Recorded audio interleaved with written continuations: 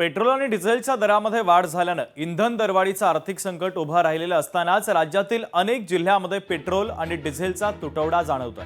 बहुतांश पेट्रोल पंपांवर मोठमोठ्या रांगा लागल्याचं चित्र आहे। अनेक पंपांवर पेट्रोल आणि डिझेल उपलब्ध नसल्यानं ग्राहकांना मनस्ताप सहन करावा लागतोय।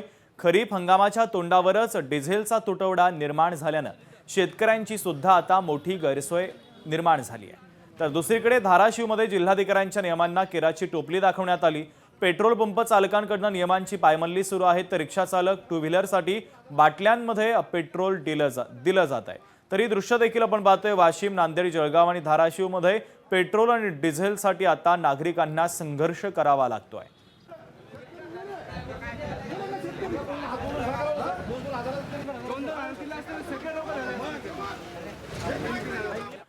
नागपूरमध्ये महानगरपालिकेच्या महिला सफाई कर्मचाऱ्याचा विनयभंग करण्यात आला। या प्रकरणाचा पाठपुरावा केला जाईल असं आश्वासन आता महापौरांनी दिलंय। महापौर नीता ठाकरे यांनी वक्तव्य केलं, तर भाजप युवा मोर्चाकडून देखील पालिकेकडे या संबंधित घटनेची तक्रार करण्यात आलेली आहे।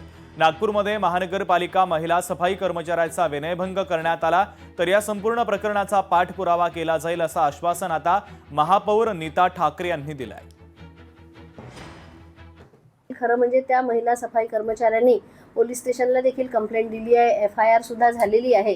त्यामुळे नेमकी कोण व्यक्ती, म्हणजे ती एक आहे का अनेक आहे, या सगळ्या गोष्टीची सखोल चौकशी करण्यासाठी नागपूर महानगरपालिकेच्या माध्यमातून महापौर म्हणून आणि आम्ही सगळे मिळून सगळे पदाधिकारी यासाठी या गोष्टीचा पाठपुरावा करू।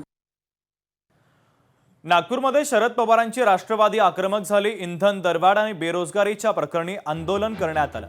नागपूर जिल्हाधिकारी कार्यालयाच्या समोर हे आंदोलन करण्यात आलं, तर नागपूरमध्ये शरद पवारांच्या राष्ट्रवादीनं आक्रमक भूमिका घेतली। इंधन दरवाढ आणि बेरोजगारीच्या विरोधात हे आंदोलन करण्यात आलेलं आहे।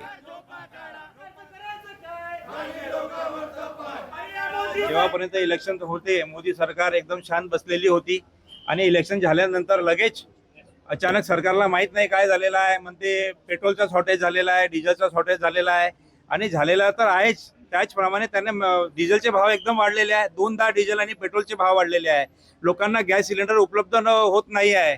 लोक खूप त्रासून गेलेले आहे, महागाईपासून लोक खूप त्रासून गेलेले आहे। म्हणून आज राष्ट्रवादी काँग्रेस पक्ष, शरदचंद्र पवार पक्षातर्फे आम्ही प्रतिकात्मक झोपा काढून इकडे मोदी सरकार झोपलेला आहे, केंद्र सरकार झोपलेली आहे, म्हणून आज आम्ही इकडे आंदोलन प्रतिकात्मक केलेलं आहे।